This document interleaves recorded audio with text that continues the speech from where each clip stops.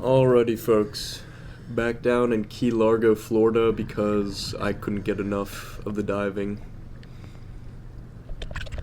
So, went back down here, really about a month later, maybe a little less than my last trip.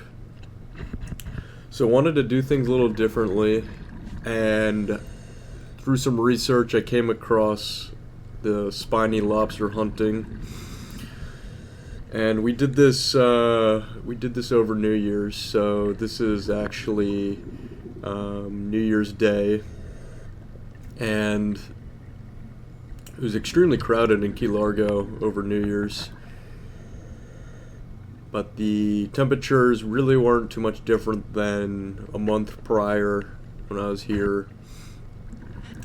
But when I was talking to my buddy about doing this trip, I was saying, hey, I saw this spiny lobster hunt, and I've never done the spiny lobster hunting before. I've only seen other YouTube videos of people doing it, and I told my buddy we should do this, and then he tells me he was a little skeptical at first, being like, I've never hunted or done any kind of catch and cook sort of deal, and I was like, I think we should just take the leap here and give it a try. So here we are with Horizon Divers, and the dive master just found a knife, but this is really just a compilation that I put together of all of the catches that we did. So it was a 2-tank dive, and I'll have to say Horizon Divers, sorry, this is not Horizon Divers, this is actually Conch Divers, Conch Republic.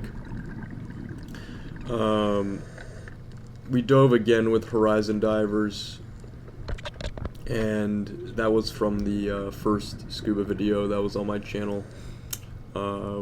And they definitely redeemed themselves from the first dive that I had. So don't want to throw any shade to Horizon. They're a great dive company. So here you can see the first spiny lobster that we catch. So the dive master here, and you can hear me give a little cheer. And what was interesting was the sound they would make in the water, these lobsters. It kind of sounds like rubber being squished. So she gives us the signal that it is keeping size. So kind of just to go over some of the gear that is used in this lobster hunting. So as you can see, really it's that bag that the lobster was captured into after being caught. So that's just, your standard little holding bag for your catch. In this clip, the dive master is indicating that these ones here are too small. And my diving buddy and I, we should have picked up on that hand signal she gave that these lobsters are too small and leave them alone. And she's looking at us like, what are you two idiots doing? But we still attempt to go in there with our tools. So I'm currently holding what is known down in South Florida as the tickle stick. And it's literally just a hooked rod, and you're supposed to slide it underneath the lobster and kind of just poke it out or tickle it out, as the name says. And as you see in this clip here, I tried to tickle out one of these smaller lobsters, and my buddy, he has the lasso or the dog catcher stick. It's literally, the strategy is to as you see on the screen here, to poke them out, tickle them out, and then you come over with that loop from behind and you get it in the midsection right in between where like the tail and the carapace meets. Like you see here, my buddy, he got a good catch. Unfortunately, this one, you'll see, she's gonna let go. We were with the quote-unquote lobster queen, and she definitely has that name for a reason, because it is extremely tough to find these lobsters. They actually have pretty good camouflage, and my buddy's pointing out we should get this one. But in a second here, we start messing with these two small lobsters again. Mostly just practice, because the first one, the dive master just showed us how to catch it. She didn't let us catch it, and she indicates those are too small with the universal too small sign there. And it's important to make sure that you know your hand signals, especially when hunting, or else you can waste a lot of time. So you've probably seen it already, but at the end of those tickle sticks, there's a little like 4-inch measuring stick on there, or a little ruler, and that's just to make sure that, you know, we keep these within limit. They have to be 4 inches from midsection for like where the tail starts, basically, to where the carapace ends. So 4 inches there on the carapace. And in order to do this, it was really simple, actually. We just needed to get a Florida fishing license, out-of-state fishing license. So, you know, we were only doing this for one day, so we got the out-of-state fishing permit. And that cost like $16 there. And then I think you also have to, in addition to the license, you have to get a lobster hunting permit. And I think that was an additional $10, so about $25 or so to get it all done.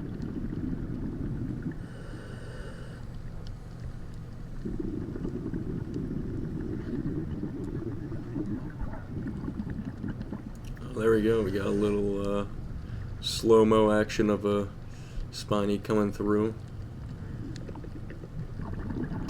And I'll have to say, this, you know, we were, my buddy and I were both hesitant going into this, and after, you know, we saw the dive master catch the first one, we were stoked. We were like, wow, this is really cool.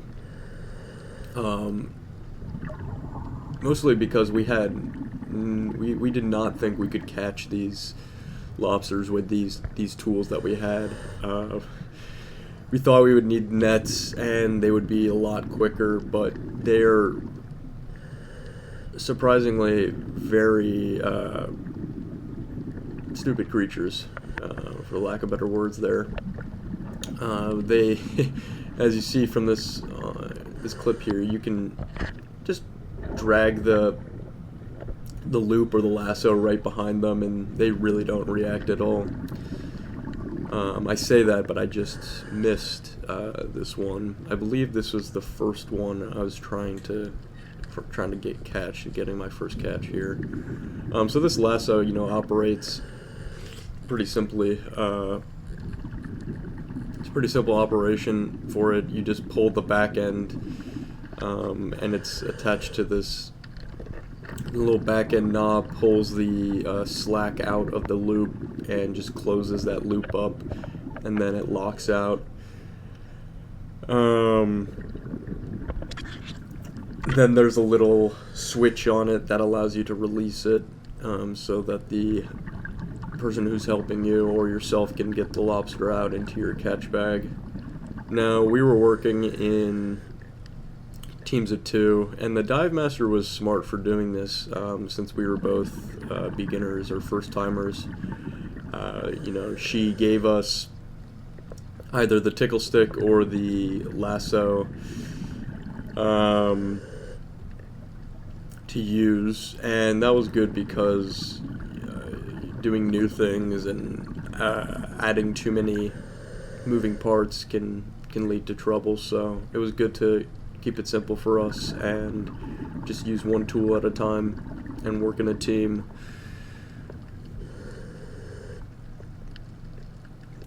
Now, something that if you go and do this with Conch Republic, which they seem to be, there's tons of people doing it, but out of the bigger dive shops, because I've gone to Horizon, Amore, and Conch Republic now, and each dive shop has their own vibe to it. So it was good to try them all out and see which vibe I liked more. And for instance, Conch Republic, they do this lobster hunting, which is outside of the protected marine area. So a lot of the places that you dive with some of the other shops, they dive all in the protected reefs. I believe it's the John Kapanaki. I know I'm pronouncing that wrong. But there's a whole protected reef section there in Keys that you're not allowed to do any hunting in, and so in order to do this we had to go a little bit outside of that protected zone to where we could legally do this hunting. But some people don't like the hunting aspect of diving, and that's why some shops just don't offer it at all.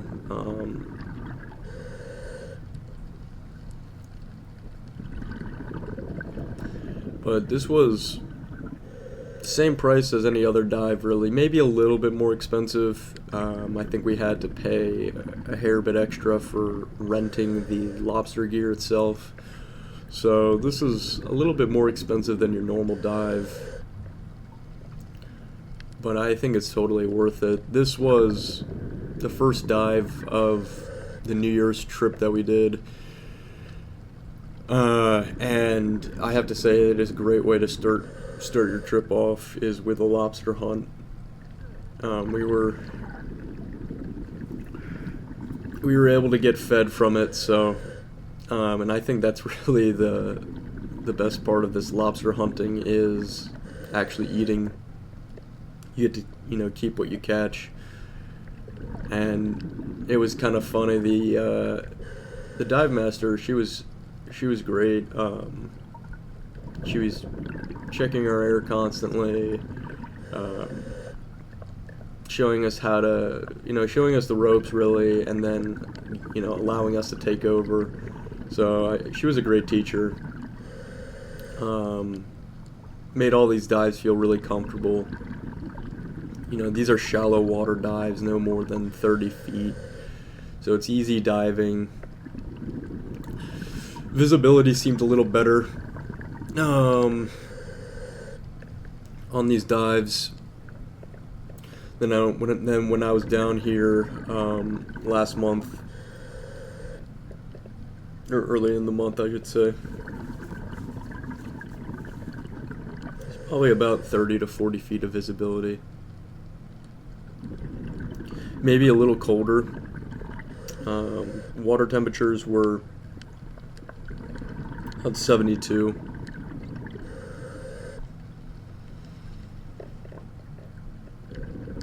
So I think she's indicating, the dive master's indicating that there's a lobster up here.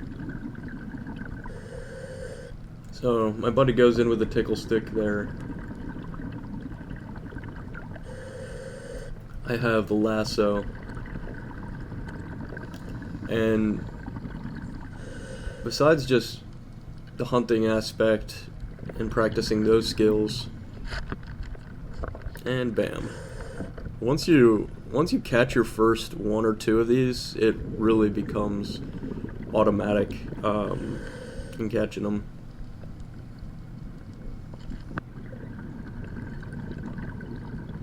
I say that, but I think this was actually a catch here.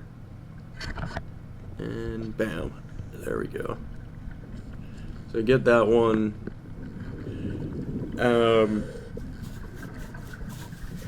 And it's really important to have gloves for this activity, because there's a couple stories that they were sharing while we were riding out on the boat of people getting cut up by the shells of the lobster trying to grab them, and they can cut you real good, and you know, a lot of bacteria and whatnot, and just nasty stuff you don't want to get inside of you, so you want to wear thick gloves.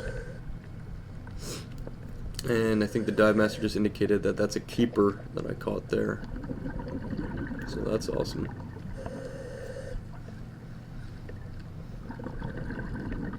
In total, we caught, I think we caught about 4, actually, 2 each. It wasn't 2 each that we caught. We got donated a lobster from the dive master. The dive master really gives you the catch anyways, but we were short one, so one of the friends of the dive master just gave us one.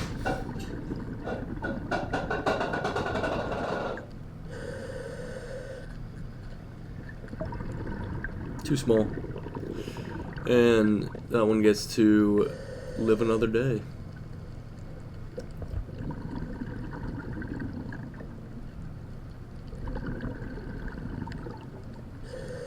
Now, something that you can do is you can go out here and not pay for a guide.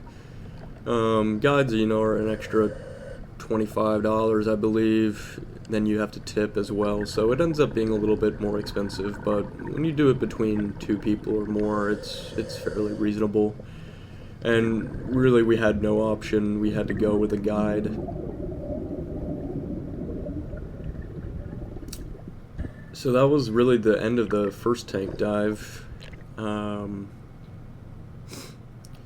this is catches from the second dive. I just kind of clipped them together. There's a nice puffer.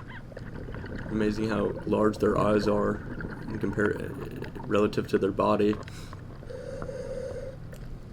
Saw some large puffers a couple times diving now, and yeah, I was surprised by how large their eyes are.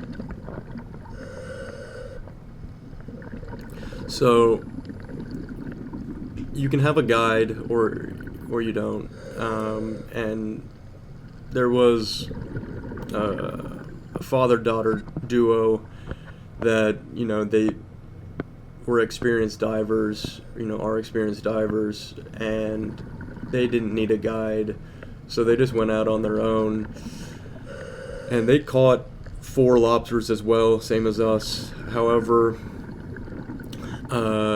all the 4 that they caught were too small, and I guess in the excitement of it all, they didn't double check their measurements, but when they got it back on the boat, the captain checked their, you know, the catches, and they had to throw all their catches back because they were all under the size limit. So it is crucial, if you go and do this by yourself, to make sure you are checking the sizes, because the boat won't take the liability of you know, keeping your lobsters on board, because if they were to get checked by Florida Wildlife Police, they would be the ones in trouble.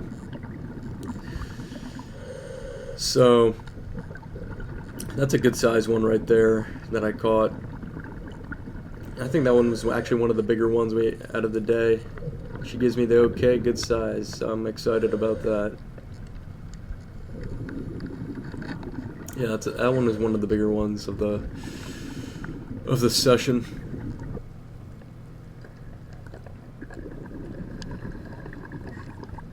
And we end off here with a catch from my friend. Unfortunately, I think this one was too small. And there it is, the spiny lobster meal. We went to Alfredo's and they cooked it up for us, and it was amazing. So thanks for watching.